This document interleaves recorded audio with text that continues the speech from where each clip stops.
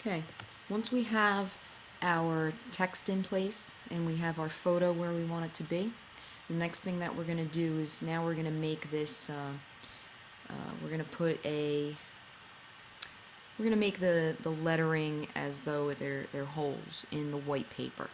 So this is a process that we've done in the past.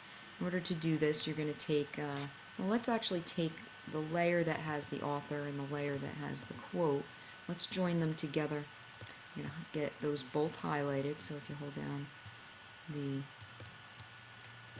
shift button, you can have them both. And then you can go to merge layers, and that'll just put it into one layer. You're going to hover over the layer's thumbnail. You're going to hold down the command button, and you're going to click.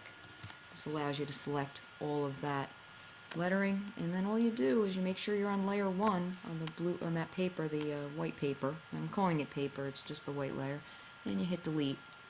And nothing seemed to happen, but what you need to do is you need to make layer 2 disappear, eventually throw it in the trash, but just for just in case, I'm just going to make it disappear.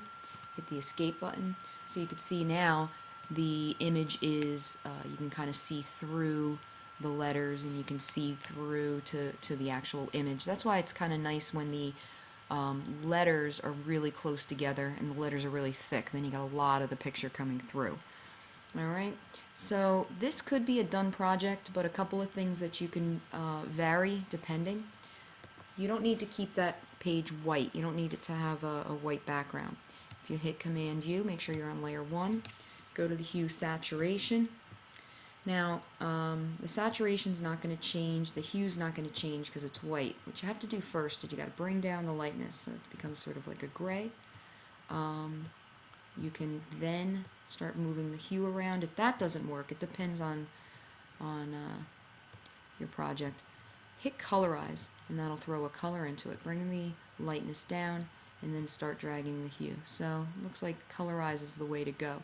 So you can make it highly saturated, and you can pick up whatever color seems to kind of work, and it might be good because it would match or contrast as you see fit. And you can see it actually changes the look of what the photo behind this field over here. Sometimes it looks nicer when you can see, you can actually see it better. The reason you could see it better on dark is that the photo is an indoor photo or an outdoor photo, and it has a lot of brightness to it to begin with. So if you go with a darker color, or even go with black, you can definitely kind of pick up on what's in that through the letters a little bit more. But you know, you can decide on that. You can also change it.